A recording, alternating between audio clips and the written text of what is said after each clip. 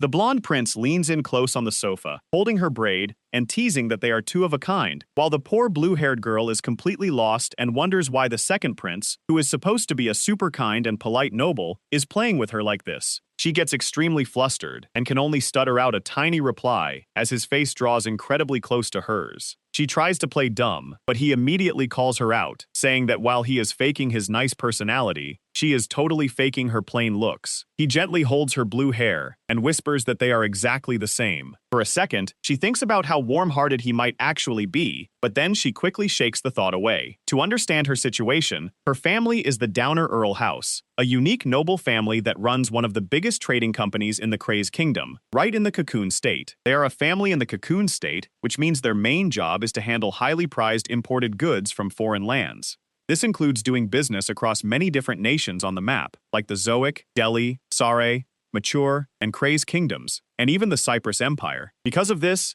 absolutely everyone in the family constantly travels all around the world in search of better and higher quality goods. Meanwhile, during his travels, her father Lauren ended up falling deeply in love and marrying her mother, Meili, in the far-off Eastern Continent's Saloon Kingdom. Because of her heritage, her jet-black hair and dark eyes really stand out in the Craze Kingdom, where almost everyone else has very light features. This is especially true since her own brother took completely after their father, inheriting his very light colors. Since she took after her mother on the outside, she is born with traits that really make her stand out. Unlike the fair people in this land, Serafina has hair and eyes that are a very dark blue. One day, while staying at a grand mansion, someone comments on how surprising her appearance is. Her mother, Meili, gently holds the young Serafina close, while the brother looks on from behind. Meili smiles softly and explains that while a local boy named Teddy is a little mischievous, she firmly believes that making friends with others is what is truly important. Meili remembers how hard it was when she first married into this country, as she was constantly kept at a distance and left feeling so painfully lonely just because of her black hair. But things began to change when another noble lady reached out and gently took her hand. That kind woman was Marchioness Morgan, who warmly welcomed Meili into her social circle and invited her to join her outdoor tea parties. Thanks to that life-changing kindness, Meili smiles, recalling how every single day suddenly became so much fun for her, while young Serafina listens closely. Meili is incredibly grateful to Marchioness Morgan for reaching out to her when she had no one else. And remembering that warm gesture, Meili tightly squeezes her young daughter's hands to comfort her. Serafina looks back at her mom with a bit of worry, calling out to her as they stand together in front of the giant gates. But as soon as they step inside, a boy suddenly grabs her and aggressively tells her to listen to what he has to say. He cruelly pulls her hair and insults her to her face, calling her hair and eyes super creepy. Young Serafina is completely crushed, tearing up as he calls her absolutely disgraceful. The mean boy doesn't stop there, pointing his finger right at her and yelling that she is just so gloomy. It all gets to be too much for poor Serafina, who squeezes her eyes shut and covers her ears as the tears start to fall. To make matters worse, Serafina's mother simply dismissed her concerns as typical children's fights and didn't take them seriously at all, so the painful days of visits to the Marquise's estate just continued. We jump ahead 5 years, and Serafina is now 10 years old and wearing a large, decorated sun hat. As they arrive by carriage, the rude boy,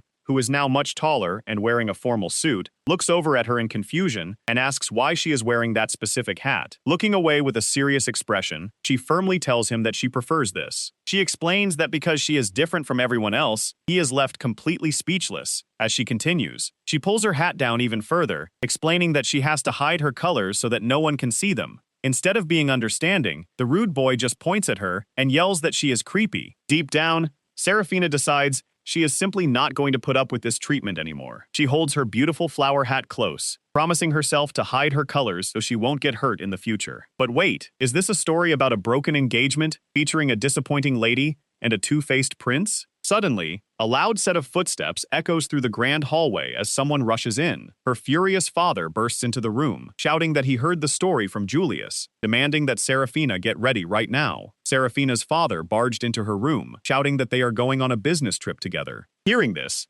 Serafina's brother looks excited, but then she gasps in complete shock when her father adds they are visiting her grandfather. A mysterious blonde man with sharp green eyes looks at her intently, asking if he is wrong about her identity. Suddenly, Serafina is filled with dread as she realizes this man has completely seen through her childhood disguise. But for now, the family makes their way to the bustling streets of the neighboring Cyprus Empire. Looking around, Serafina excitedly tells her brother how tall the buildings are and how crowded it is, while her father happily points out that the many immigrants make the city super lively. As they travel through the lively streets of the Cyprus Empire, a cheerful woman shouts out a warm welcome to the passing carriage. Looking closely at the crowd passing by, Serafina notices there are lots of people with darkish hair here too. Having arrived safely, she takes off her large sun hat, feeling relieved and wondering if it is all right to finally put it aside. During their meal, Serafina is super happy and exclaims that this is her very first time seeing unsmoked horn, while her father happily laughs and agrees that it tastes great. After eating, Serafina heads outside and gazes up in absolute wonder at a massive, beautiful clock tower stretching high into the sky. A friendly local shopkeeper tells them they can actually climb all the way to the top near the clock, causing her surprised brother to gasp, while Serafina looks super excited and asks if that is really true. Looking up at a massive clock tower, a young Serafina points and yells to her grandfather that she wants to climb it, but he just chuckles and tells the kids it is still impossible for them. Holding up a finger, the grandfather explains they have to be more grown up first, leaving Serafina and her brother wondering how much older they actually need to be. He suggests they can try around the time they graduate from the National Academy at age 18, which completely shocks Serafina, since that feels so far in the future. An annoyed little Serafina huffs and insists she is definitely going to climb it when she grows up, while her grandfather laughs and tells her to come back, of course, when she is bigger. She smiles warmly at the memory of that beautiful clock tower, promising herself that someday she will finally make that dream come true. Coming back to the present, Serafina speaks up to get her brother's attention as they walk through the busy streets. Serafina smiles softly as she looks around, realizing there are so many worlds out there that she knows absolutely nothing about. She gazes at the grand buildings and local goods, completely amazed by the architecture and crafts that are so different from her home in the Craze Kingdom. Her eyes light up at the sight of foreign dishes and snacks, realizing there is so much delicious food she is tasting for the very first time. With a beautiful, bright smile on her face, she happily thinks about how absolutely fresh and fun everything in this new place feels to her. Her father looks down at her with a gentle, warm expression, clearly happy to see his daughter enjoying herself so much. He softly agrees with her excitement, sharing a quiet,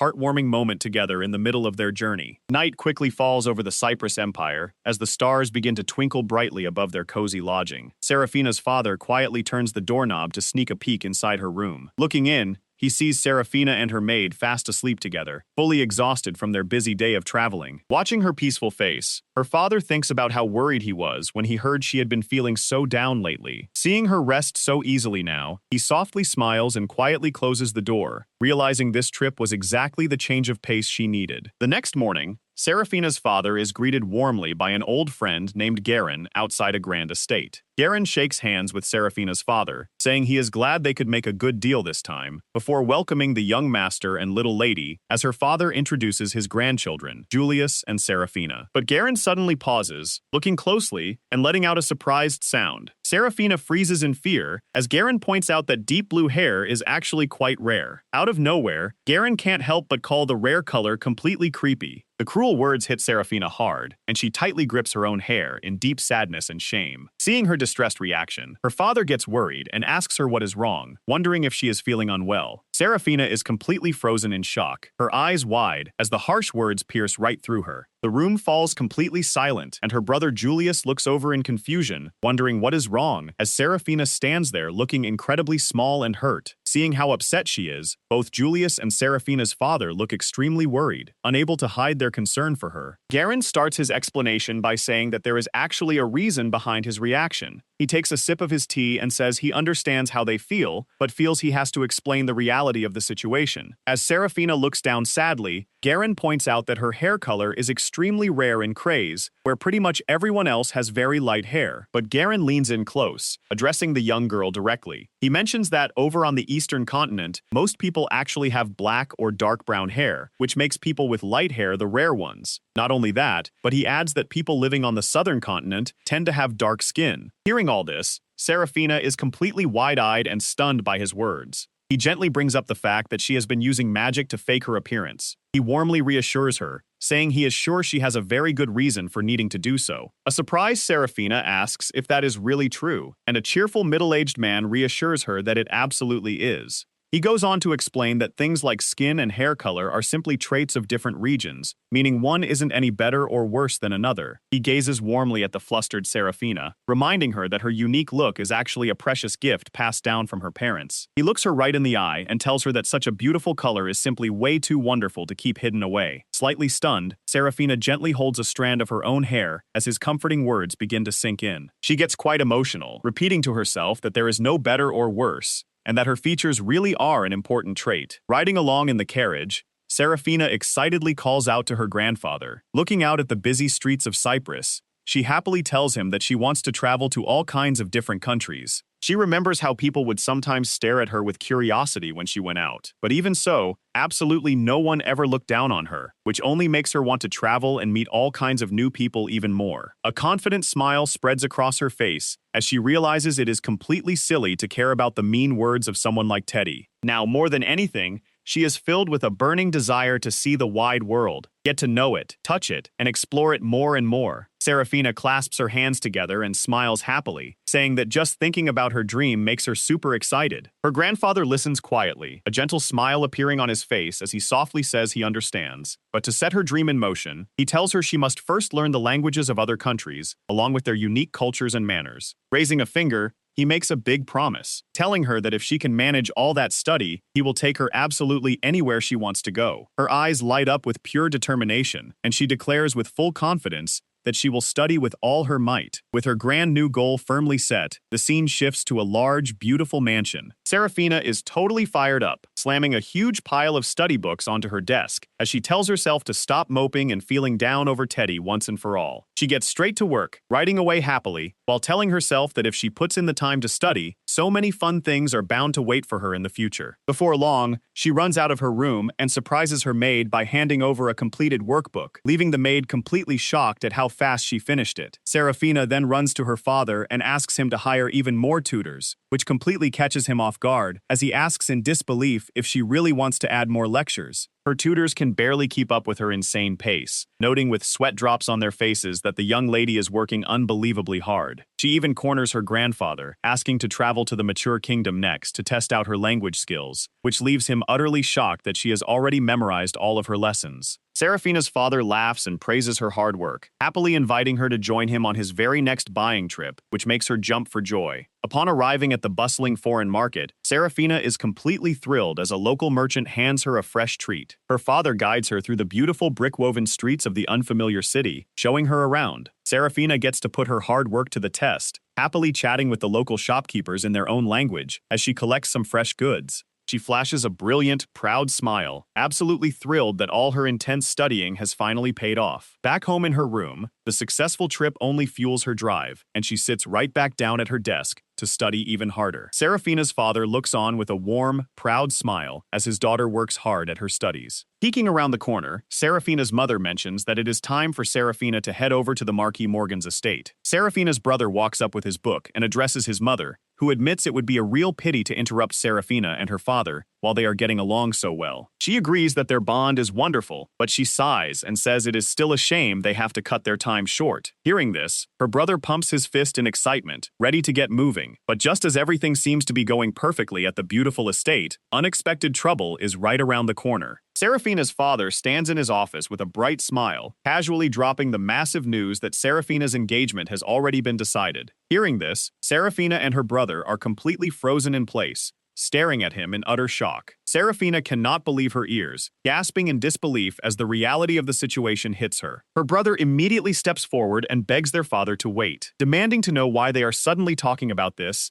and who the partner is supposed to be. But her father just smiles calmly, teasingly telling them that they actually know the guy quite well. Serafina's jaw drops as her father reveals that her new partner is none other than Teddy from the Marquis Morgan's family. Upon hearing the name, Serafina is completely frozen in absolute shock. She can barely believe she is actually supposed to get engaged to that smug, pointing jerk Teddy. To understand how this nightmare started, we have to travel back to when Serafina, the daughter of an earl, was just 5 years old. Out of nowhere, 5-year-old Teddy, the son of a marquis, calls out to her in a super energetic way to brag about his amazing garden. Little Serafina is left completely speechless by his overwhelming and sudden introduction. Since they are meeting for the first time, she politely compliments his lovely estate, all while sweating nervously and thinking about how her own family could never compete with such a grand place. Serafina is completely baffled by how someone who is the heir to a marquis can't even greet another person properly, especially as Teddy smugly goes on about how his family is so much greater than hers. He doesn't stop there, pointing a finger right at her and loudly demanding that she has to listen to everything he says. All Serafina can do is stand there completely speechless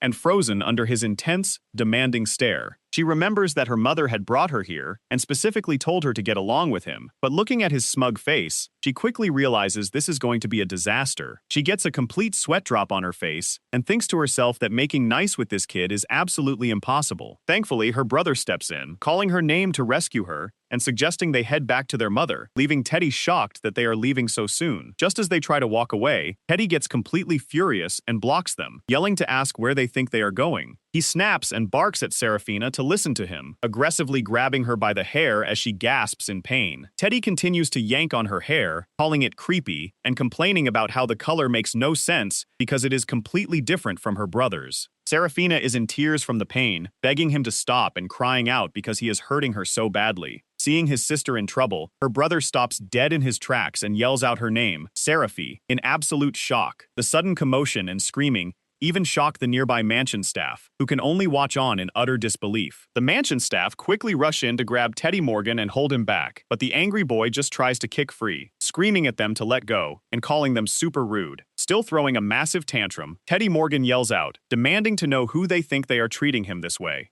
The staff desperately try to calm him down, while one tells the other to quickly run and call the lady of the house. Meanwhile, Serafina's brother holds her close to protect her, both of them completely shaken by how crazy things got. Serafina looks up at him with teary eyes, softly calling out to her brother as she tries to process what just happened. She starts shaking all over, clutching her head in disbelief as she wonders if her own hair color really is creepy. Out of nowhere, a polite young boy bows with his hand over his heart and offers a formal greeting to Serafina. He looks down with a serious gaze, his thoughts hidden behind those striking eyes. He offers his deepest condolences for her misfortune, leaving Serafina totally shocked and speechless. Serafina admits it is hard to believe he and Teddy are actually brothers, since Teddy called her gloomy, but the boy is quick to say he definitely does not want to be compared to his brother. The young boy looks away, hesitating as if he has even more to say. Excited to have an ally, Serafina eagerly grabs his hand and asks him to keep feeding her information, and the boy happily agrees. Serafina tells the young boy he can stop calling her sister-in-law and just use her nickname Seraphi, which makes him super flustered as he tries to stutter it out. Now sitting at her desk and writing away, Serafina is totally fired up, loudly declaring that she is absolutely going to get this engagement broken off. Step 1 of her master plan starts with trading her fancy, delicate shoes for a pair of tough, lace-up leather boots. With her own successful business,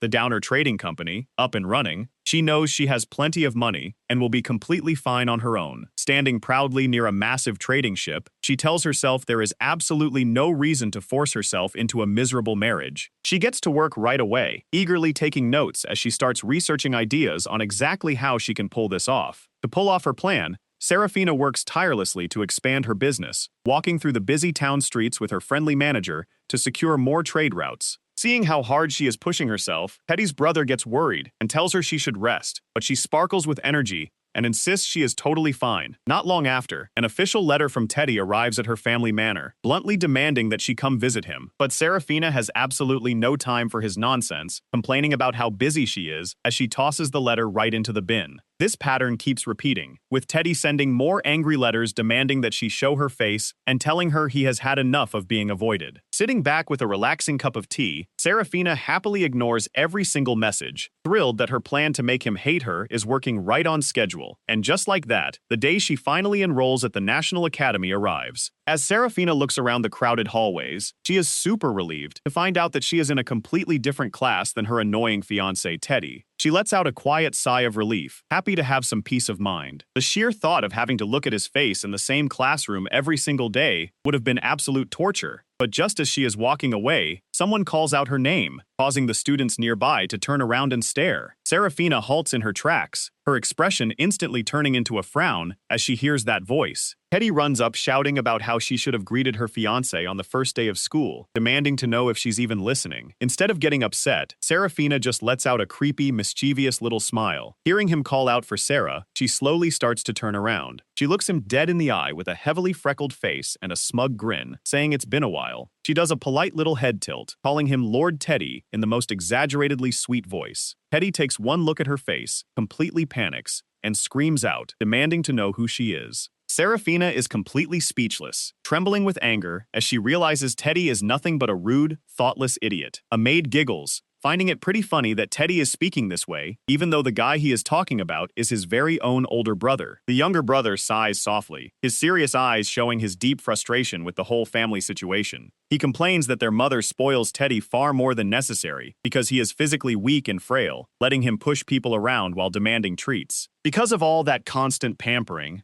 the younger brother explains, Teddy just keeps getting more and more stuck up. He admits he is genuinely worried about the future, since Teddy is the heir to a marquis, leaving the maid to marvel at just how incredibly mature the boy is for his age. The maid sighs, thinking that absolutely anyone would end up just as stressed and exhausted after having to deal with a difficult brother like Teddy. The younger brother looks up with a suddenly serious, sharp expression and calls out to Serafina. He turns back to face his sister-in-law completely, asking Serafina outright if she would rather just break off her engagement with Teddy. Serafina is completely caught off guard, her eyes widening in total shock at his blunt proposal. The young boy stares back with an incredibly intense, unwavering look in his eyes. Serafina immediately and eagerly agrees, saying that is exactly what she wants to do. Looking back, she remembers how her mother wanted this arrangement, but she also knows her father will never understand her reasons for wanting out. Deep in thought, she looks down, feeling completely stuck in this difficult situation. They sit together in silence on the bench,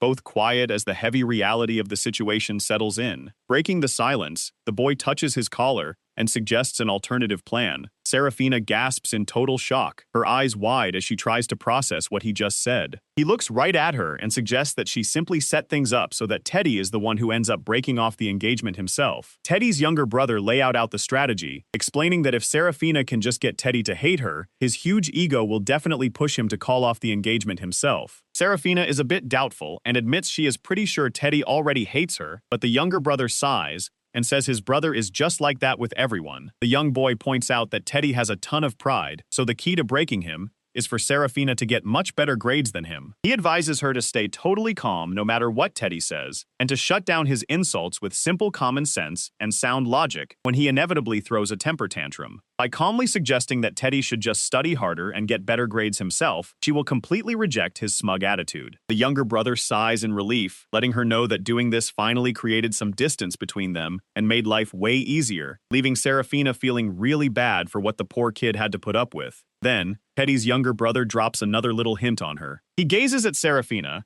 and points out that because she has such beautiful features, it might actually be worth trying to dress a bit more plainly. Serafina is completely stunned by this suggestion, and she just stands there with a totally blank look on her face. But Teddy's younger brother explains that while Teddy has always made fun of her dark clothing and hated her looks for a long time, his typical comment of calling her dress not bad actually means he secretly likes how she looks. Hearing this, Serafina is absolutely shocked, unable to believe that he actually likes her face even though he constantly insulted her colors and called them gross. With this new realization, Serafina gets fired up and announces her grand decision to make Teddy absolutely hate her, so he will break off the engagement himself, which gets a happy round of applause from his little brother. Teddy excitedly encourages her, saying she should follow his example by acting completely cold and study super hard. Serafina is not happy at all to hear that Teddy actually likes her face, so she decides she will find a way to ruin her appearance too, while Teddy cheers her on to do her best. Sometime later, Teddy looks absolutely shocked when he spots her in the hallway, pointing a finger and gasping in disbelief as he asks if that is really Serafina standing in front of him. Slowly, she turns around with a wide, smug smile plastered across her face. Showing off her new look with drawn-on freckles and a plain plaid bow, she asks him with a grin if there is some kind of problem, confirming that she is indeed Serafina Downer. Teddy is completely losing his mind at the sight of her, screaming at her to wait just a second. Just as Teddy is reeling from the shock, he spots Lady Milia standing next to Serafina and can't help but yell out, asking what on earth she's doing with her. See?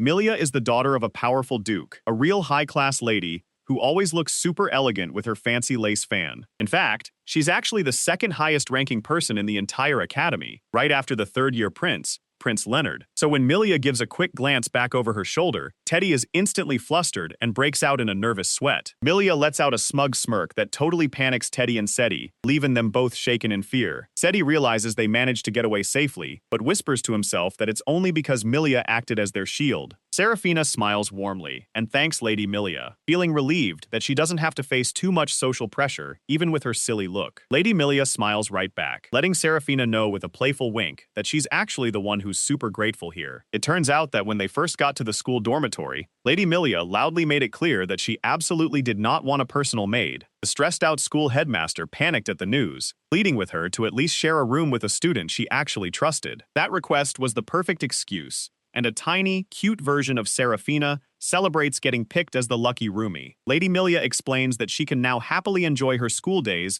without a maid hovering around, leaving Serafina deeply touched by her kindness. Lady Milia warmly tells Serafina that she should head off to the library like she wanted to, and Serafina happily thanks her. So, Serafina starts walking down the school hallway by herself, completely unaware of what is coming. But out of nowhere, Teddy spots her and loudly calls out her name, which immediately makes her realize he is about to cause trouble. He approaches her with a crowd of students, rudely calling her just as gloomy as ever, right to her face. Other girls in the crowd start snickering, whispering that she has barely behaved like a noble lady and is definitely not a good match for someone like him. But instead of being hurt, Serafina silently listens to their laughs, wishing they would all just hurry up and break off the engagement already. Teddy smugly tells his friends that he plans on breaking off the engagement with someone like her eventually anyway, while Serafina silently hopes he will just hurry up and pick his next partner from the girls around him. Hoping to wrap up this annoying conversation, Serafina politely asks him what he actually needs from her today. Teddy cuts her off, loudly declaring that he came to talk about her exam results. He calls the results completely bizarre, but Serafina points out that even if he thinks it is strange, she still ended up at the very top of the class. She calmly explains that she has been completely devoted to her studies since before they even enrolled, so these top marks are simply the natural result of her hard work. Unable to accept her success, Teddy snaps and yells that she must be lying and must have pulled some kind of trick to get those grades. Serafina glances sideways, her eye filled with quiet focus under her hair as she prepares her response. She lets out a soft, calm sigh, completely unbothered by her fiancé's wild accusations. With supreme confidence, she looks Teddy dead in the eye and asks him if they should go talk to the teacher together, leaving him completely shocked. She stands her ground and asks Lord Teddy directly if he is actually trying to say she cheated on the test. She calmly points out that there were exam proctors watching them the entire time. She explains that if she did cheat, it would mean the proctors were totally lazy and did not do their jobs, which makes Teddy panic and claim he did not mean to go that far. Instead of backing down, Serafina calmly says that in any case, it would be much faster to just report this whole situation to the teacher. She turns around with a smile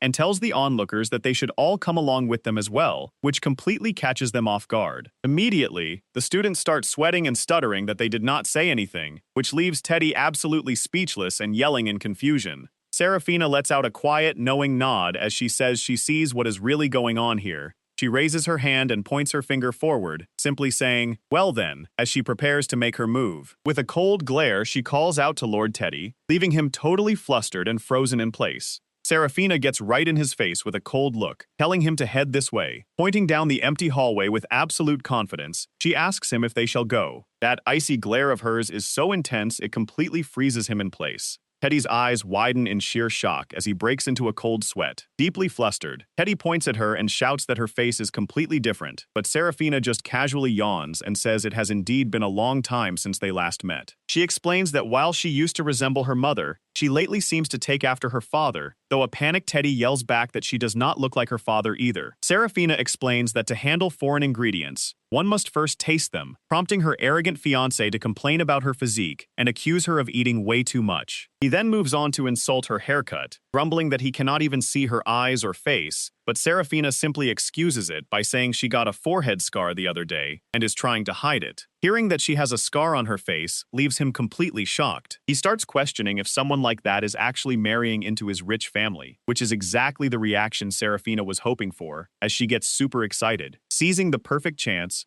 Serafina tells him that if he feels she is unsuitable, they should just go ahead and dissolve the engagement. This is the big moment she has been waiting for, and she looks on with a smug grin, fully expecting him to call off the engagement right then and there. Teddy takes a moment to process everything, closing his eyes and quietening down as he reluctantly admits she might actually have a point. However, his massive ego quickly takes over again, and he tries to save face by telling her that in her current state she is not fit to stand by his side, though breaking things off on the very first day of school would make him look bad. Hearing this high and mighty speech, Serafina can barely contain her disgust, looking at him with a thoroughly irritated face. With a dramatic point of his finger, Teddy loudly says that the moment a truly worthy woman shows up, he will cancel their engagement on the spot. Seeing him storm off down the hallway, Serafina lets out a disappointed sigh, frustrated that she could not just pressure him into breaking it off right then and there. But since she was already fully prepared for a long-term battle to get out of this engagement, she is not about to give up just yet. Milia, a lovely blonde girl holding a book, smiles warmly and asks how everything went. Serafina lets out a tired sigh as she walks into the room, explaining that Teddy cornered her on the way back, to which Milia calmly replies that it is exactly what she expected. Milia welcomes her back, but Serafina waves her hand and says she wants to wash off all this heavy makeup before they sit down to talk. She heads over to a wash basin filled with clean water, where a fresh cloth and some delicate flowers are neatly laid out for her. With a gentle touch, Serafina carefully begins peeling away the makeup around her eyes. She then takes the damp cloth to wipe her face, slowly scrubbing away the fake look she wore all day.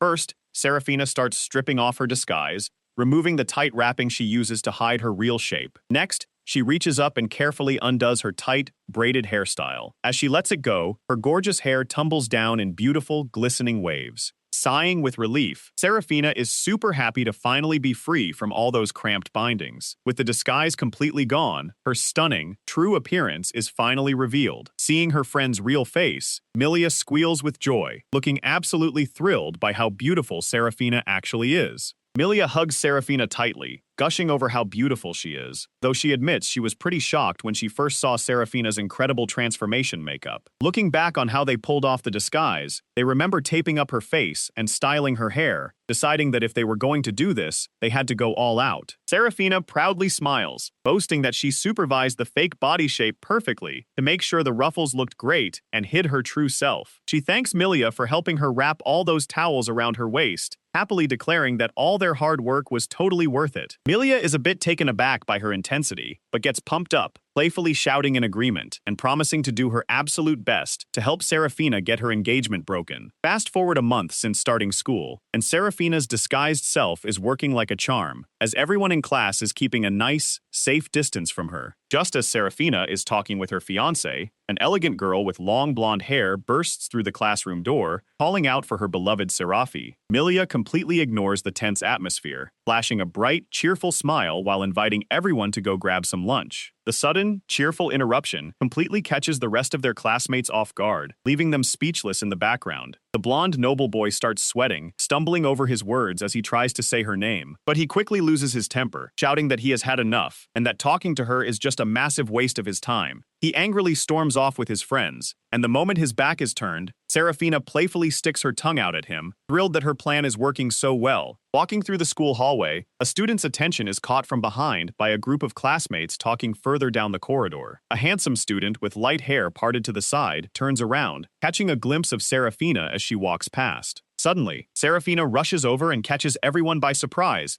by tightly grabbing the hands of one of the students. With a huge, bright smile, Serafina says she would love to hear more of their opinions, leaving them completely flustered and confused by her sudden energy. The student tries to find the right words to say, while another wonders if they are actually interrupting them. Seeing this, the handsome student flashes a gentle smile and wave, explaining that he only picked up a dropped handkerchief, so they have nothing to worry about. Serafina blushes heavily and wonders out loud if that is really the truth. Before anything else can happen, she thanks Prince Leonardo for the handkerchief and quickly sweeps the list of girls away, telling them it is time to go have a nice long chat. At the same time, Prince Leonardo stands there looking totally stunned as she drags them off. Seeing this unfold, a long-haired student sighs and apologizes to Prince Leonardo for his sister's wild behavior, admitting he saw the whole thing. From behind, a young man watches the girls as they happily walk away down the hallway chatting together. Serafina is just super happy that her little plan in disguise worked, and she flashes a bright, proud smile. Once Serafina is out of sight, Prince Leonardo lets out a devious, quiet chuckle. He turns to the long-haired student and remarks that his sister has quite a lot of nerve to be so completely unresponsive to him. Seeing right through the act, the long-haired student points out that his true colors are showing, but the prince just brushes it off, saying it is perfectly fine since it is just the two of them. Meanwhile,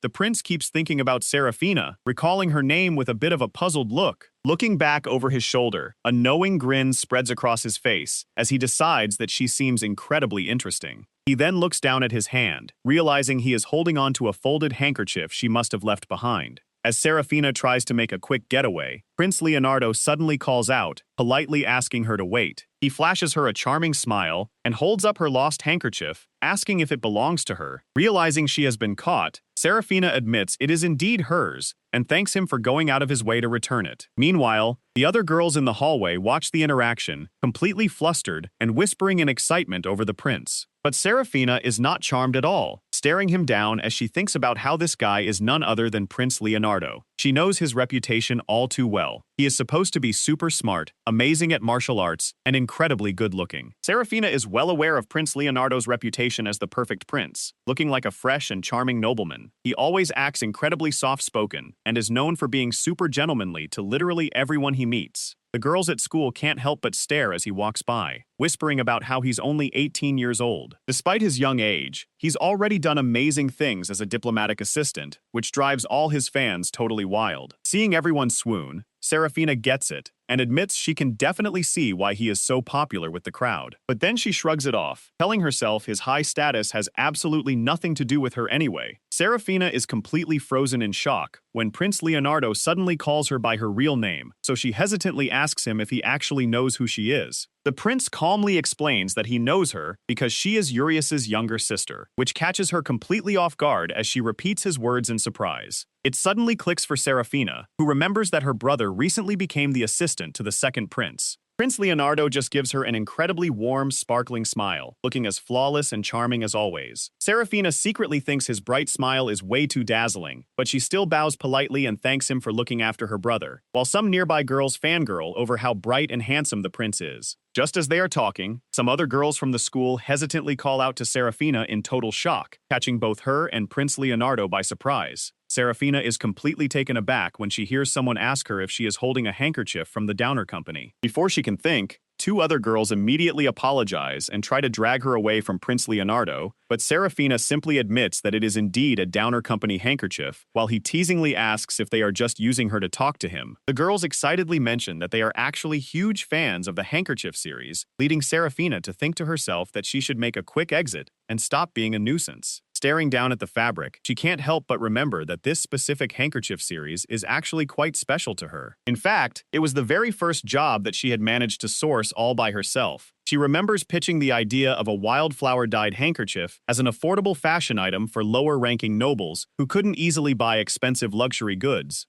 She proudly remembers how she worked directly with local merchants, carefully choosing the fabrics and doing all the tricky math herself to make it happen. A sweet classmate of hers blushes and explains that because her family belongs to a less wealthy Visconti, expensive lace and silk handkerchiefs are normally way out of their budget. Another classmate pipes up to say she loves the beautiful new blue version, while the first girl happily shows off the one she brought with her today, both praising the deep, unique colors of the brand. Hearing their compliments, Serafina quietens down and looks away as she starts to get incredibly flustered. Prince Leonardo senses the sudden shift in the room and turns his gaze towards her, trying to figure out what is going on. Serafina holds her handkerchief close and smiles to herself, thrilled that people are loving her work just as she had planned. Serafina holds the beautiful handkerchief close to her face, her eyes sparkling as she feels completely touched. The moment gets even better when one of them asks if they all want to go look at some cute little things together after school. The blonde-haired classmate happily chimes in, saying she actually found a really nice cafe close by where they can hang out. The wavy-haired classmate smiles softly and closes her eyes, totally on board with the plan. Sitting in the beautiful, flower-filled tea room with her new friends, Serafina feels like she is living in an absolute dream. But the peaceful mood is ruined when a rude student starts ordering others around, demanding they carry his bags while acting completely stuck up. But then, a girl with her hair in twin tails steps up, hugging the rude boy's arm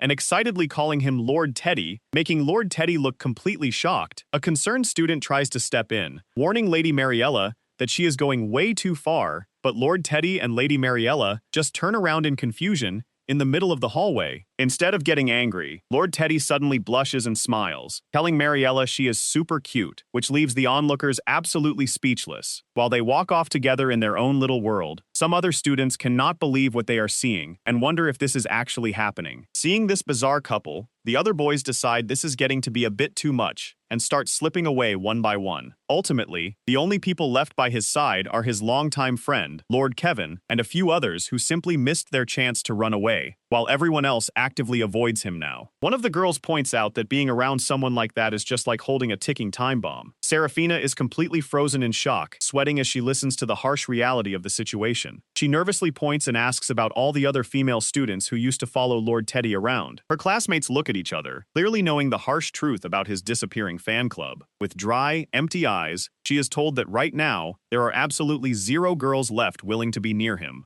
Serafina's hand trembles as she holds her teacup, devastated because she was desperately hoping he would pick one of those other girls instead of her. The curly-haired classmate looks over in a panic, asking if she is all right, while Serafina tries to play it cool, and trembling says she is totally fine. Just then, another classmate with long, sleek hair calls out to Serafina, telling her that it is way too early to be feeling down. She explains that this is actually a golden opportunity, which leaves her friends super confused as they ask how this could possibly be a good thing. The sleek-haired classmate flashes a knowing, sneaky smile as she gets ready to explain her brilliant theory. She points out that even if Teddy kept a whole group of girls around him, it would all be completely meaningless unless he actually chose one of them. She explains that because this specific girl is just a baron's daughter who completely lacks common sense, she is the only one who can confidently stand by Teddy Morgan's side. Serafina halts her thoughts mid-sentence as a sudden realization hits her. She blurts out that Teddy should just get engaged to that lady instead, and her classmates completely agree with the wonderful idea. They instantly paint the Baron's daughter Mariella as their absolute savior and enthusiastically wish her the best of luck. But thinking back, Serafina remembers how it all secretly started, with a simple handkerchief. She gets super emotional and happily giggles, barely believing she is finally having a fun lunch with real friends. Because when she first enrolled at the academy, everyone saw her plain disguised look as disappointing and whispered about how much they pitied poor Lord Teddy. A glasses-wearing student pushes up his specs and whispers that the whole situation is truly unsightly. Serafina remembers how she had totally prepared herself for a completely lonely school life. Thinking about it now, she signs and notes that school life isn't so bad after all, though her biggest issue remains that she hasn't been able to break off her engagement. Suddenly, a hand slams down hard on the table right in front of her. Serafina flinches and recoils in shock, totally startled by the sudden noise. She slowly looks up in terror, only to see a hand leaning heavily on her desk. Just as they say, "Speak of the devil," and her arrogant fiancé suddenly appears right in front of her. With a smug smile, he introduces the girl clinging to his arm, telling Mariella that this is his fiancé, Serafina. Serafina lets out a quiet sigh as Mariella cheerfully greets her. Mariella looks closely at Serafina and laughs mockingly, commenting on her super gloomy look and calling her rather plump. Hearing these incredibly rude comments, Serafina is completely stunned by her sheer boldness. Serafina can only utter a confused sound, while Mariella looks to the fiancé for agreement, and he happily chimed in that Serafina's appearance is indeed the absolute worst. Mariella clings tightly to his arm, looking incredibly pleased with herself as she puts on a show of affection. Serafina is completely frozen, sweating from the sheer awkwardness of the entire situation. She gathers herself and gives a polite curtsy, quietly thinking about how shameless it is to do something like this right in front of his fiancée, and wondering if he has finally narrowed down his list of girls to just this one. She introduces herself as Serafina Downer, keeping her head bowed to hide her annoyance. She calmly asks Lord Teddy if he has some business with her, and he replies that he merely came over to introduce Mariella,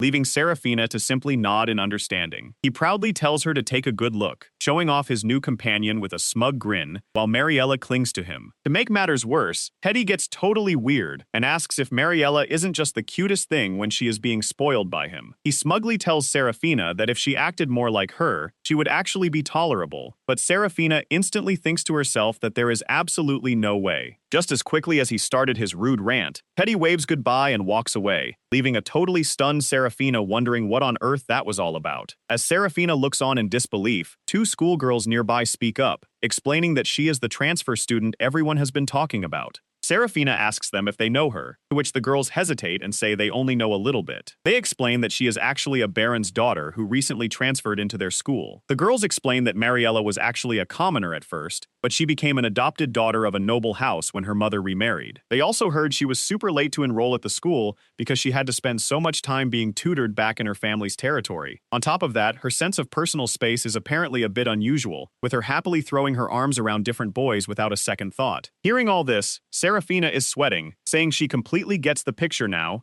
about what kind of person they are dealing with. To make matters worse, just the other day, She walked right up to the Marquess's son and bluntly called him a total shorty, even though he is a man. The poor guy and his friends were left completely shocked and devastated by her incredibly rude and blunt comment. They explained that she blurted it out to someone who is super sensitive about their height, leaving the poor guy completely crushed while his friends try to comfort him. Serafina is totally shocked to hear how it all went down, especially since Mariella seemingly had no idea she was even being rude. Hearing this, Serafina cannot help but wonder if the new girl is actually just a complete airhead. The girls go on to say that, because of her bluntness, Lord Morgan's reputation has completely hit rock bottom. This completely blows Serafina's mind, and when she stands up in disbelief to ask if that is really true, the girls sweat drop and confirm that it is indeed the sad reality. And so, the gossip about the strange new transfer student continues to echo through the academy walls. Meanwhile, 3 people are sitting down together at a nice outdoor cafe to enjoy some fancy tea and cake. Looking over, the light-haired boy named Seti speaks up, telling Seraphi she really seems to be working super hard. Seraphi happily agrees with a huge smile, while a nearby couple glances over, with the man whispering about how big Seti's companion actually is. Suddenly, the tall, long-haired boy leans in close to Seti and reassuringly tells him that they are completely on his side. Seti's eyes widen in surprise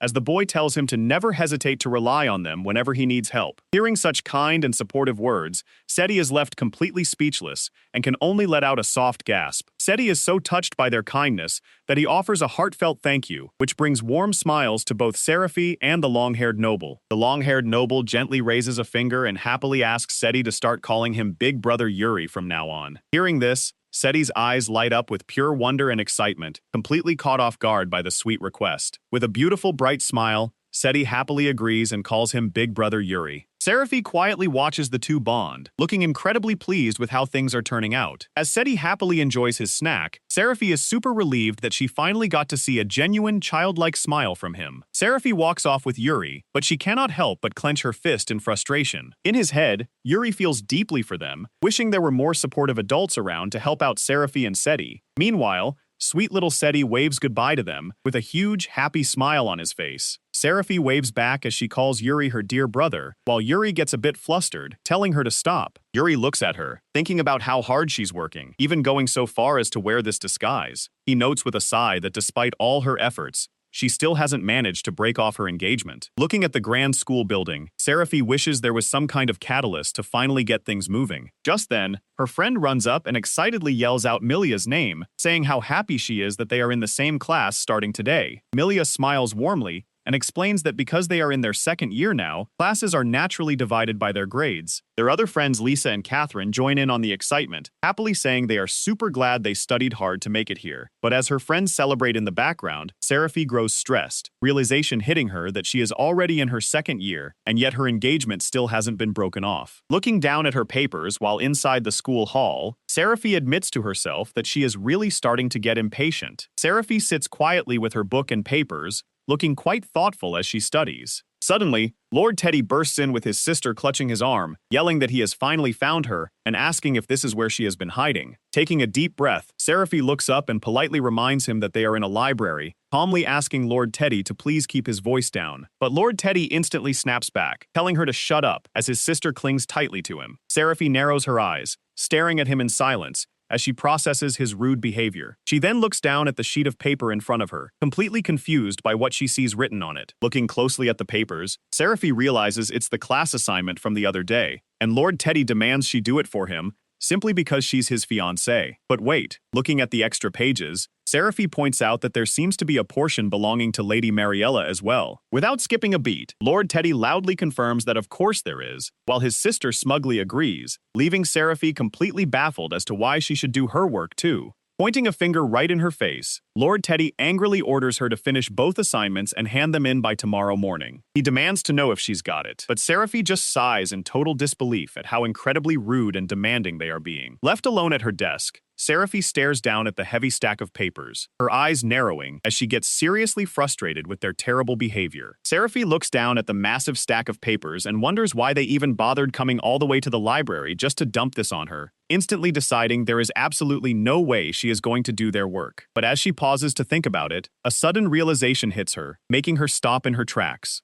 She realizes that this might actually be the perfect chance she has been waiting for. First of all, Teddy absolutely hates her appearance, which already makes his life difficult. On top of that, every single time he tries to pick a fight with her, she just calmly shuts him down with sound logic and refuses to give him the reaction he wants. She even turns down every invitation to the Marquis's estate, constantly using her school studies as a perfect excuse to stay away. A blonde boy takes a slow sip of his tea, casually agreeing, while noting that Teddy really does nothing but complain. Seraphy is suddenly startled when he mentions that Teddy has actually been inviting a baron's daughter over quite often lately. Realizing this might be her ticket out of the engagement, Seraphy sits forward with sparkling eyes and says she definitely wants to hear more about that. The handsome, dark-haired young man at the table looks thoughtful, wondering aloud what the Marquis and his wife must think of all this. The blonde boy agrees that inviting another lady over when he already has a fiancée is bound to hurt Teddy's reputation, adding that his father does not look too pleased about it. But then he adds that his mother is just happy to have a cute new friend, leaving Seraphy completely shocked and confused by how casual the family is being. It turns out Teddy's mother had a really hard time conceiving, facing a massive amount of pressure from all the stuck-up nobles around her. Because of that intense struggle, it seems his parents eventually stopped caring about their social reputation altogether. Just as they were finally about to give up entirely and adopt, Teddy was born, meaning he became the super spoiled result of all that constant pampering. Hearing this backstory, Seraphy finally understands the situation, realizing she always thought his parents were just way too soft on Teddy. But then, a sudden realization hits Seraphy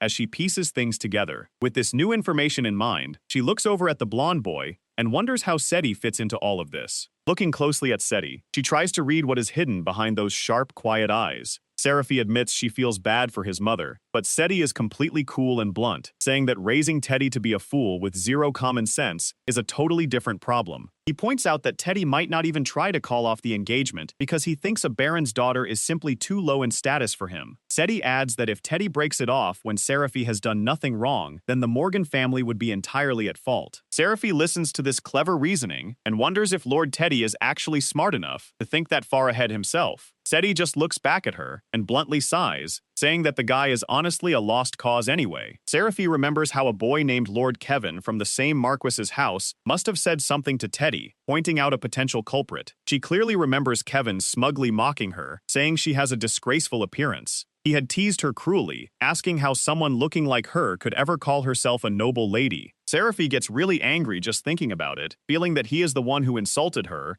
and should really just mind his own business. As she clenches her fists in frustration, Seti looks at her with a gentle smile and sighs that this is going to be a long game for both of them. Seraphy suddenly snaps out of her anger and looks over, asking Seti if he is all right or if he is going through a hard time too. Seti looks off to the side with a serious, intense expression in his eyes. He remarks that it is totally obvious Teddy will cause massive trouble the moment he inherits and becomes the head of the house.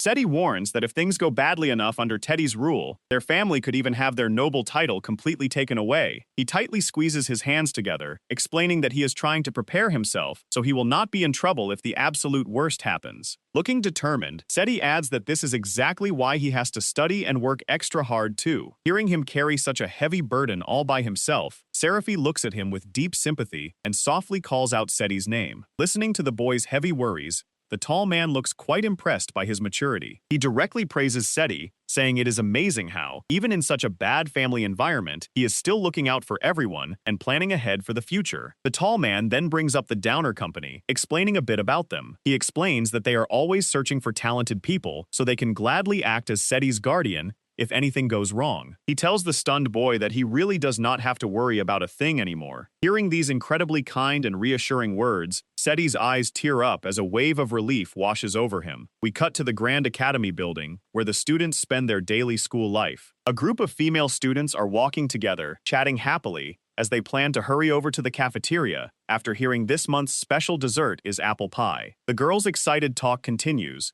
with one of them saying she is really looking forward to the sweet treat. But suddenly, a loud voice calls out, telling Seraphy to wait up. Seraphy stops in her tracks, completely confused by the sudden shout. She gets a little flustered, wondering who could possibly be calling her name out of nowhere. Out of nowhere, a strong hand reaches in and tightly grabs Teddy's arm, stopping him in his tracks. A handsome, light-haired noble student is the one holding him back, looking down at Teddy with a very cold and serious expression. Seraphi is completely stunned by the sudden rescue, wide-eyed as she watches what is happening. Teddy's younger brother Seti quickly rushes over to make sure Seraphi is okay, while she can only look at him in shock. The handsome student lets go and calmly straightens his sleeve, telling Teddy that no matter the reason, raising a hand against a lady is totally unacceptable. This makes Teddy absolutely furious, and he stands there shaking with anger, while Seraphi watches him from behind. Teddy is absolutely seething with anger, demanding to know what they think they are doing. Seeing that things are moving much faster than expected, Seraphi quickly apologizes to her group and politely asks them to go on ahead without her. The blonde girl happily bids her goodbye and leads the others away, leaving Seraphi to handle the situation. Seraphi puts on a sweet, bright smile and waves farewell to the group as they head off. As soon as they are gone, her cheerful expression completely vanishes, and she refocuses her attention. Turning to face the angry young man, Seraphi calmly asks what she can do for him, but he immediately snaps that it is obviously about yesterday's assignment. Seraphi explains she was told to hand in the assignment, so she simply turned what they had into the teacher, only for Teddy to snap that he told her to do the work for them. The twin-tailed girl behind him gets all flustered as Teddy screams that they ended up turning in a completely blank paper. He panics, explaining that because of this, he and Mariella now have to take a makeup exam, which leaves the twin-tailed girl completely shocked and sweating. Teddy points right in Seraphi's face and demands she take the makeup exam in their place, but she immediately shuts him down, saying that is impossible. Teddy is left speechless as Seraphi bluntly tells him that,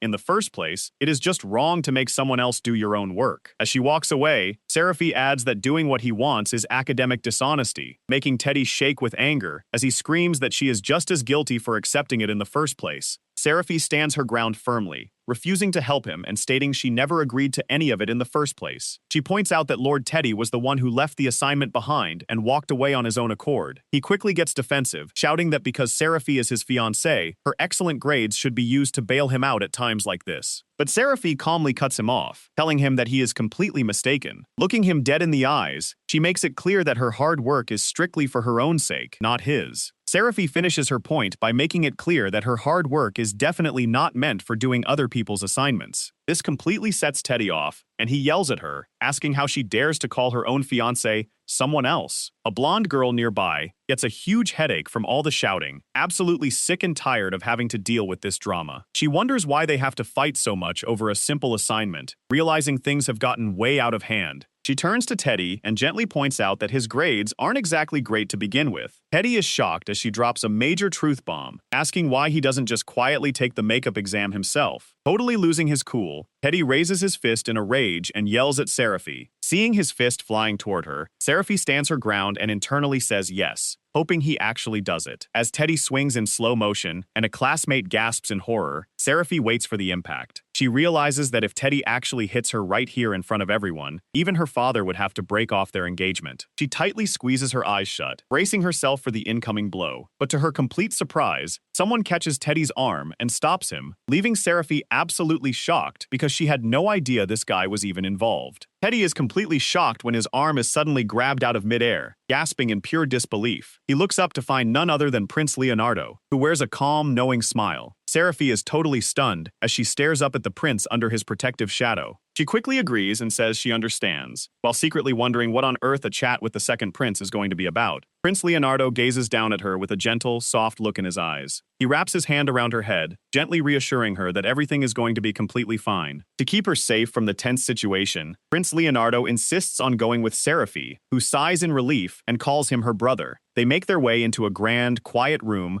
lined with tall bookcases and elegant decorations. Just as they enter, they hear the loud, heavy footsteps of someone stomping aggressively around the room. A young noble with messy light hair suddenly kicks a chair over in a fit of extreme frustration. He rudely loosens his tie and snaps at someone named Yuri to pour him some tea right away. Watching this sudden outburst, Seraphi can only stare in utter shock and confusion. Prince Leonardo sighs at the demand, telling the angry noble that he is as bossy as always, but the young man just casually fires back that the prince shouldn't say that. He gives a smug, relaxed smile, explaining that he only acts this way because the tea Prince Leonardo brews is just so delicious. Prince Leonardo immediately shuts him down, making it clear that no matter how much he tries to sweet-talk him, he absolutely won't do his school assignments, leaving Seraphi standing between them in total, silent shock while the angry noble laughs off how stiff the siblings are. Seraphi freezes in place, completely caught off guard as she tries to process what she just heard. She stares at the image of the prince, realizing that the gentle, polite young man she thought she knew is completely gone. Seraphy stares at the handsome newcomer in pure shock, completely lost as to who this guy could possibly be. The young man sits back on the sofa, looking completely annoyed, while Seraphy stands there sweating, totally frozen in place. The angry noble demands to know what she is doing, tells her she should sit down, and Seraphy immediately panics, screaming inside that she absolutely cannot do that. The young man stays completely silent, while a totally stiff Seraphy tries her best to quickly sort through her messy thoughts. Seeing her awkward state, the angry noble can only let out an annoyed sigh. He taps his foot impatiently on the floor, complaining about what a pain this situation is. Seraphy stands frozen in the middle of the room, completely unsure of what to do, as the angry noble begins walking towards her. He stomps right up to her, asking what she is spacing out for, and demanding to know if she can actually hear him, which only makes a flustered Seraphy squeak out in response. He suddenly reaches out and grabs her sweaty wrist, wondering if there is a deeper reason for her quiet behavior. Looking closely into her eyes with a smug grin, the angry noble asks if she simply dislikes being around without an escort. Terrified by how close and intimidating he is, Seraphy quickly dives onto the nearby sofa, shouting that she is perfectly fine on her own. The young man simply stares back at her with a knowing, highly amused smirk on his face. The young noble slumps back onto the sofa and sighs that Seraphy is a handful. They stare at each other in surprise, and Seraphy instantly starts panicking inside, wondering why he had to sit right next to her. Just then, Prince Leonardo comes back with some tea and calls out to the noble, pointing out how quickly his attitude has changed, while Seraphy stands frozen and explains she was just so surprised that she locked up. The young noble hears this, resting his chin on his hand as he thoughtfully realizes she was just genuinely shocked by his sudden moves. But his gaze quickly goes dark, and a sly smile spreads across his face. He leans in close to a highly flustered Seraphy, grabbing her ribbon, and teasingly whispered that they are actually two of a kind. Seraphy is completely puzzled when he calls them two of a kind, wondering what on earth he could mean by that. Stepping back slightly, she admits she doesn't understand what he means, but the young noble just lounges back confidently. A knowing, sharp look covers his face as he prepares to explain exactly what he is thinking. Reaching out, he takes a hold of her hair and whispers that while he only changed his attitude, she is actually disguising her true appearance. As he asks her if he is wrong, Seraphy is completely frozen, her heart racing as she struggles to find her words. She can only think to herself that there is simply no way he could have already figured out her biggest secret. Seraphy's mind completely races in panic as she realizes with absolute dread that this guy has somehow seen right through her disguise. She stands there totally frozen and sweating with fear, while the young noble just keeps a smug smile on his face, casually playing with her braided hair. He looks down at her with a sharp, intensely cold gaze, clearly enjoying the absolute control he has over the situation right now. But suddenly, the young noble flinches in surprise as someone grabs him from behind, breaking his focus. It turns out, Prince Leonardo has stepped in to hold him back, firmly stating that he will not tolerate this behavior, no matter what the situation may be. With a cold but polite smile, Prince Leonardo looks the young noble dead in the eye and says he absolutely does not approve of raising a hand to a lady. All the watching girls immediately lose their minds and squeal at the incredibly handsome sight unfolding right in front of them. Teddy Morgan is left completely frozen in place, utterly shocked as Prince Leonardo stands protectively over Seraphy, while another girl watches the drama from the background. Seraphy is totally dazed, her eyes spinning in confusion as she stares blankly and wonders what in the world is happening right now. Teddy is flustered and completely caught off guard by the prince's sudden and intimidating arrival. He looks up in absolute shock and mutters Prince Leonardo's name, while the prince just looks down at him with a calm, handsome smile. Still holding his hand firmly, Prince Leonardo asks if he is indeed Teddy Morgan, explaining that he simply cannot tolerate anyone causing a scene in a prestigious place like this.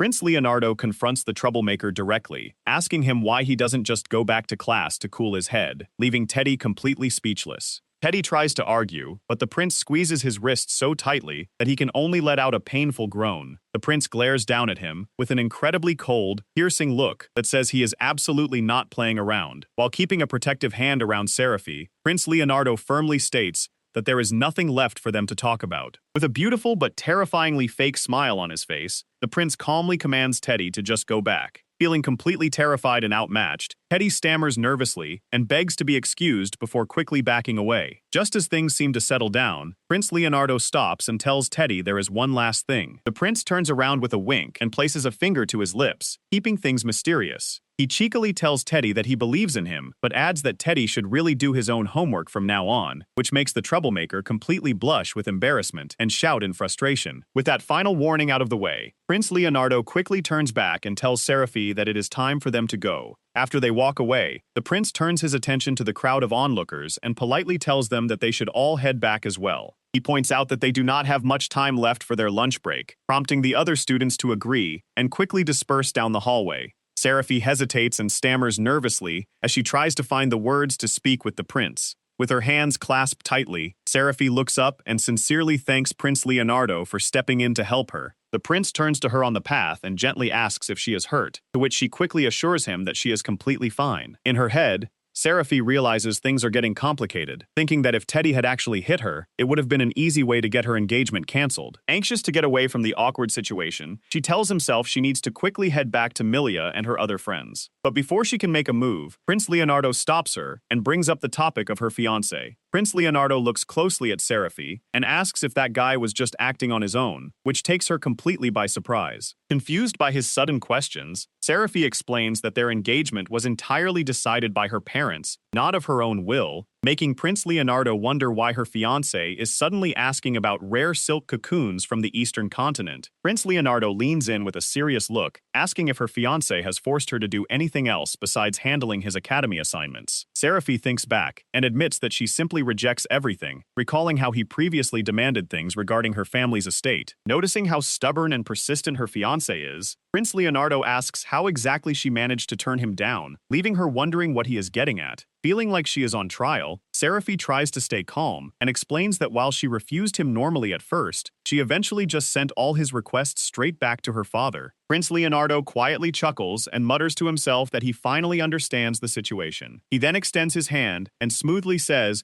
that there is actually something private he wants to talk over with Lady Seraphi. He politely asks if she would mind joining him in his private lounge, leaving her completely shocked and confused by the sudden invitation. Out of nowhere, things take an unbelievable turn when he asks if she is seriously engaged to that guy Teddy. Seraphi is totally taken aback by the question, freezing in place with her eyes wide open as she tries to process what she just heard. She gets incredibly flustered and starts shaking, completely overwhelmed by how the prince could possibly know about Teddy. Prince Leonardo grabs Seraphi and calls out to his father, demanding to know why on earth he would try to arrange an engagement between Seraphi and Teddy. Seraphi is totally on board with the prince, immediately speaking up to say she does not want that marriage either, while the king stands nearby looking surprised. She gets super worked up and shouts that out of all the people they could have picked, she cannot believe they chose Teddy. Seeing how upset everyone is, the king looks over toward a calm woman who gently chimes in to ease the tension. The kind-looking woman smiles warmly and tells them they can rest easy about the whole thing. Hearing those comforting words from her, Seraphi looks up with wide, hopeful eyes as she begins to calm down. As Prince Leonardo listens to his mother, his expression suddenly tightens with a deep, quiet sadness. He looks off, suddenly remembering his real mother sitting there with a gentle smile on her face. He remembers how she gently and quietly rested her hand, growing weaker, until eventually she passed away, leaving his family standing in grief at her grave. Now he looks down at a framed portrait of her, holding it gently as he remembers her warmth. Staring at her picture, Prince Leonardo closes his eyes, completely lost in his painful memories. Meanwhile, the young duke sits quietly at his desk, looking sadly at a small photo in his hands. Watching him from the doorway, Seraphi can't help but feel bad, thinking about how he has been acting like this ever since his mother passed away. She lets out a soft sigh and tells herself that it can't be helped, knowing how hard that loss must be for him. Just then, a butler comes up the stairs with a letter on his tray, letting Seraphi know that a message has just arrived from Lord Teddy. It turns out her annoying fiancé is demanding that since she is his fiancé, she needs to come visit him right away. This makes Seraphi super annoyed, and she grumbles to herself that if he actually needed something, he could have just written it in the letter in the first place. Seraphi is absolutely stunned that she is being summoned like this without a single word of condolence, especially since her family is still in mourning. When she arrives, Lord Teddy immediately starts yelling at her, complaining that even though he was nice enough to get engaged to her, she hasn't come to visit him once. She can only stand there and sigh as he rudely tells her that while he knows she is sad about her mother passing, she is completely overdoing it. He then demands to know why she is wearing such depressing clothes, leaving her to quietly remind him that it is literally mourning attire. Seraphi stares at him with a mix of disbelief and exhaustion, unable to comprehend how someone can be so incredibly selfish. Continuing his selfish rant, Teddy sighs that she has zero common sense, explaining that he was invited to a tea party today and wanted to bring her along, but her attitude is making things difficult. Seraphy is completely shocked when Teddy reaches out and flatly rejects her response, saying that simply won't do. He stands tall and yells in frustration, demanding to know how she could try to take him to another family's estate without giving him any warning at all. Honestly, Seraphy decides she is totally done dealing with this nonsense and immediately speaks up to excuse herself. She turns around and heads straight for the door, politely explaining that she has to go greet some businessmen who are visiting her house right after this, leaving Teddy stammering in shock. He gets completely red in the face, screaming at her for not even waiting until he leaves the house. But Seraphy doesn't care and just walks away down the hallway while Teddy desperately yells her name, trying to get her to stop. Seraphy finally manages to slip away into the quiet gardens, letting out a big sigh of relief. She wipes the sweat from her forehead and really hopes she can just get some peace and quiet out here, far away from her angry fiancé. But suddenly, she spots someone nearby and stops dead in her tracks. Sitting quietly on a bench with a book is none other than a young boy who looks exactly like Teddy. Realizing who it is, Seraphy quickly puts on a polite smile and greets Teddy's younger brother, Lord Seti, telling him it has been a while. Lord Seti looks up from his book and coldly says he was wondering who it was, calling her his sister-in-law. In a quick flashback, we see someone steps forward in a hurry. Seraphy is absolutely furious, yelling at her father for being so terrible and deciding things behind her back without ever asking for her opinion. But her father steps back, calmly explaining that this is what Meili wanted, which completely throws Seraphy off as she asks if her mother really requested this. Her father looks away silently, carrying a cold and distant look on his face. He then drops a total bombshell, quietly revealing that Meili doesn't have much time left, leaving both Seraphy and the man beside her absolutely frozen in shock. The memory shifts to a quiet bedroom, where Meili sits up in bed as Seraphy, her companion, and her father gather around in hushed silence. Meili weakly clasps her hands together with a sweet smile, saying she truly believes Seraphy is bound to be happy with the Morgan family. Looking over at her mother, Seraphy is deeply relieved and says she is just so glad that they accepted the arrangement. Her parents share a quiet, emotional look, knowing the heavy truth of the situation. With a gentle, peaceful smile, Meili admits that now she can finally rest easy, even when she is gone. Hearing those heavy words, Seraphy looks completely heartbroken and wide-eyed. But then, we jump to 1 week later as Seraphy, her companion, and her father head toward a large set of doors. Seraphy's father stands before them and coldly announces that the Morgan family is coming to exchange the engagement certificates. Hearing this, Seraphy struggles to hold back her gasp as her father sharply demands that she make sure she is prepared. He doesn't stop there, turning his cold gaze back to warn both of them that they must be ready. After delivering his harsh words, Seraphy's father heartlessly turns around and walks away, leaving them standing there. Overwhelmed by the pressure of it all, Seraphy turns to her companion, softly calling him her brother as she seeks comfort. But the pain is simply too much to bear, and a single tear falls silently to the floor. In a state of total despair, Seraphina cries out that she absolutely hates the idea of marrying Teddy. Her companion tries to calm her down, softly calling out her name as Seraphina breaks down. Meanwhile, the scene shifts to the grand mansion as the guests finally make their arrival. Dressed in a lavish, flower-adorned gown, Seraphina politely greets the Marchioness, noting that it has been quite some time since they last saw each other. She forces a calm, practiced smile, hiding her inner turmoil behind a perfect noble mask. Seeing her, the Marquis warmly greets Seraphina and exclaims how surprised he is by what a beautiful young lady she has grown up to be. Seraphina glances over quietly, trying to size up her target as they finally come face to face. Stepping forward with her best polite smile, she greets Teddy by saying it has been a while, and he casually acknowledges her back. But out of nowhere, Teddy grabs her hand tightly and tells her they are going to the garden, totally catching her off guard. As Teddy drags a flustered Seraphina away, she tries to excuse herself, but the Marquis just laughs it off, happily thinking the two youngsters get along incredibly well. Once they are alone out by the fountain, Teddy looks her over and rudely points out that while she still has those plain, ugly colors, her face at least isn't bad. With a stuck-up shrug, he adds that he isn't exactly happy about it, but will still accept the engagement, leaving Seraphina to just quietly sigh in frustration. All of a sudden, Teddy raises his finger in the air and smugly reminds her that she is now his fiancée. He gets right in her face and barks that because of their engagement, she better start listening to absolutely everything he says. He demands to know if she's got it, but Seraphina is completely speechless and can only muster a quiet gasp at his ridiculous attitude. Looking at him proudly standing by the fountain, she realizes this guy hasn't changed a bit and still acts like a 5-year-old child, making the whole situation feel completely impossible. Fed up, Serafina bursts back through the doors and yells to her father and mother that she still absolutely hates the arrangement, but her desperate protests are only met with silence as the elegant curtains sway quietly by the grand window. Instead of her parents, she remembers her late mother tenderly holding her hands and calling out her name. From her sickbed, her mother gently tells her that if she marries into the Morgan family, the lord and lady there will absolutely dote on her.